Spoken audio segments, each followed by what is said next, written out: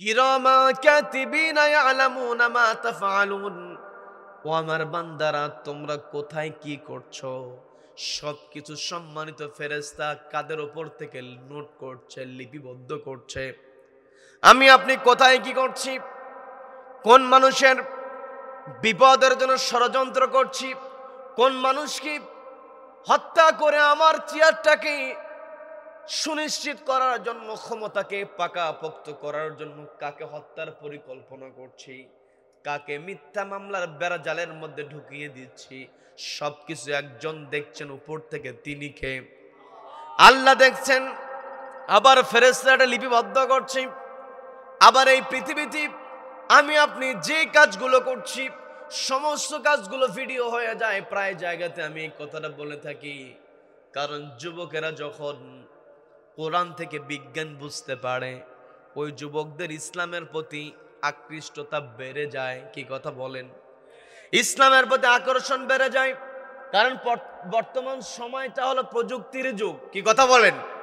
এই পৃথিবীতে প্রযুক্তি যত উন্নত হবে, বিজ্ঞান যত উন্নত হবে, আমার আপনার জন্য কোরআন বোঝা তত সহজ হবে। বলেন আল্লাহু আকবার।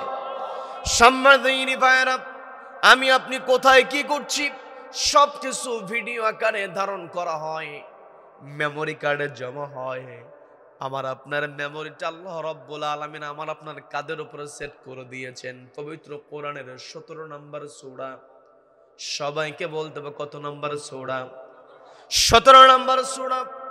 সূরা বানী ইসরাঈলের 13 নম্বর আয়াত আল্লাহ বলছেন, ওয়া কুল্লা ইনসানিন আলজামনাহু তায়রাহু ফি উনুকিহি ওয়া নুখরিজু লাহু ইয়াওমাল কিয়ামাতি কিতাবান ইয়ালকাহু মানশুরা।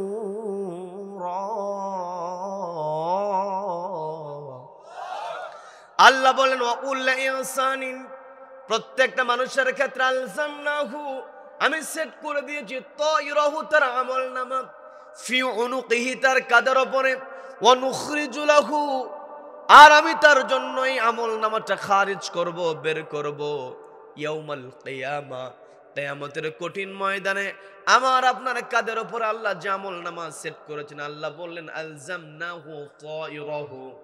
এই তায়রাহু এর ব্যাখ্যা যদি আমরা প্রযুক্তির আলোকে করতে যাই, বর্তমান প্রযুক্তির কল্যাণে আমরা জানতে পেরেছি মানুষের সমস্ত কাজ কারবারগুলো সবকিছু কোথায় কি হয় ক্যামেরার দ্বারা ভিডিও ধারণ করা যায় কি যায় না।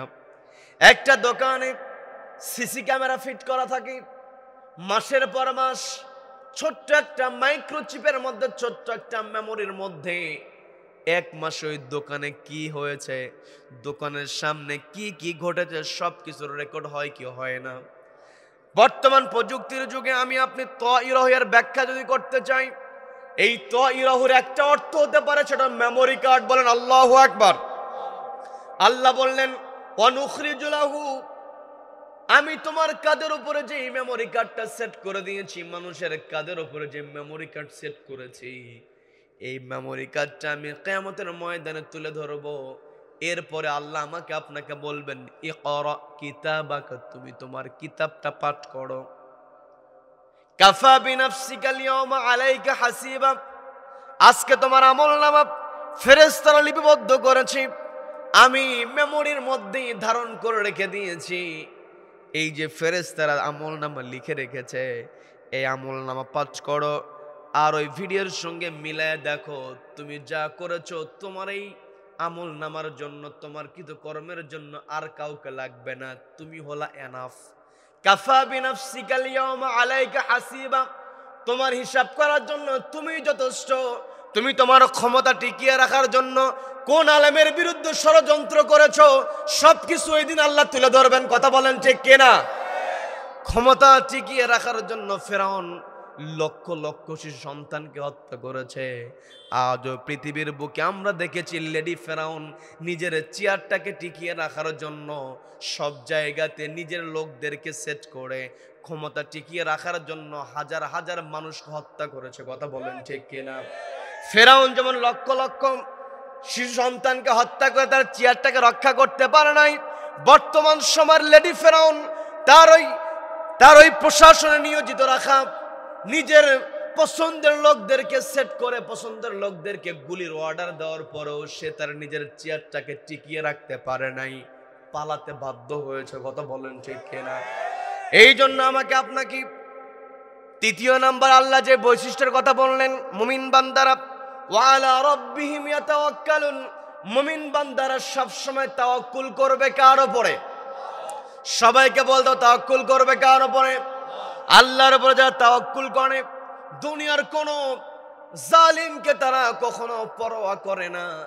দেখবেন এই বাংলাদেশের জমিনে এত জুলুম হয়েছে, এত এত মামলা দেওয়া হয়েছে, যারা অন্যায়ের প্রতিবাদ করেছে, যারা ন্যায়ের পক্ষে কথা বলেছে, তারা কিন্তু কখনো পিছপা হয় নাই, নিজের জীবন দিয়েছে। ফাঁসির অর্ডার দেওয়া হয়েছে, হাসতে হাসতে ফাঁসির মঞ্চের দিকে এগিয়ে গিয়েছে, তবুও জালিমের সামনে মাথা নত করে নাই। কথা বলেন ঠিক কিনা? এটাই হলো মুমিন বান্দার তৃতীয় বৈশিষ্ট্য, আলা রাব্বিহিম ইয়াতাওয়াক্কালুন।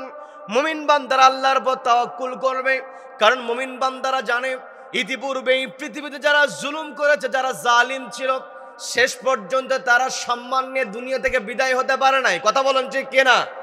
আর যারা চেয়ারে বসে ন্যায় পরায়ণতা দেখিয়েছে, যারা আল্লাহকে ভয় করেছে, আল্লাহর কথা স্মরণে রেখেছে, ইযা যুকিরাল্লাহ, যখন আল্লাহর নাম স্মরণ হয়েছে, আল্লাহর নাম যখন উচ্চারিত হয়েছে, ওয়াজিলাত কুলুবুহুম, যাদের অন্তরটা কেঁপে উঠেছে, তারা যখন চেয়ারে বসেছে, ওই চেয়ারে বসে তারা সব সময় ন্যায় বিচার করেছে। কথা বলেন ঠিক কিনা? হযরত ওমর রাদিয়াল্লাহু তাআলা আনহুর ঘটনা আমরা জানি। তিনি এমন করে দেশ পরিচালনা করেছেন, এমন করে রাজ্য পরিচালনা করেছেন, যার কারণে তার ব্যাপারে প্রত্যেক জুমার দিনে ইমাম সাহেব বলে, ওয়া আসাদুহুম ফি আমরিল্লাহি ওমর। ওমর রাদিয়াল্লাহু তাআলা আল্লাহর বিধান বাস্তবায়নের ক্ষেত্রে ছিলেন সবচাইতে তৎপর। কথা বলেন ঠিক কিনা? তিনি আল্লাহর বিধান বাস্তবায়ন করেছেন, আল্লাহকে ভয় করেছেন। তার শাসন আমলে মিশরের গভর্নর ছিল আমর ইবনুল আস রাদিয়াল্লাহু তাআলা আনহু। তিনি গভর্নর হয়ে রাজ্য পরিচালনা করছেন। তার যেই এরিয়া আছে, সেই এরিয়ার দায়িত্ব তিনি পালন করছেন। গভর্নরের সম্মান, অর্থাৎ এই পৃথিবীতে যারা ক্ষমতার চেয়ারে বসে, এদের কিন্তু সম্মান আছে। কি কথা বলেন? কি কথা বলেন? অনেক সময় সম্মান জোর করে নিলেও তারপরও সম্মান থাকে। কি কথা বলেন? যারা জোর করে সম্মান আদায় করে, যারা জোর করে চেয়ারে বসে থাকে, ওই কোরআনের পাখি আল্লামা সাইদির ভাষায় কথা বলতে হয়, ওই জোর করে যারা ক্ষমতায় বসে থাকে, একদিন এমন অবস্থা ওদের হয়, ওরা ইঁদুরের গর্ত পর্যন্ত খুঁজে পায় না। কথা বলেন ঠিক কিনা? সম্মানিত দিনী ভাইরা, আবার যারা আল্লাহকে ভয় করে, যারা চেয়ারটা পরিচালনা করে, ওদের সম্মান দুনিয়াতেও আছে, আখিরাতেও আছে। কিয়ামতের কঠিন ময়দানে যেই দিন আল্লাহর আরশের ছায়া ছাড়া কোনো ছায়া থাকবে না, 7 শ্রেণীর মানুষকে আল্লাহ আরশের নিচে জায়গা দেবে।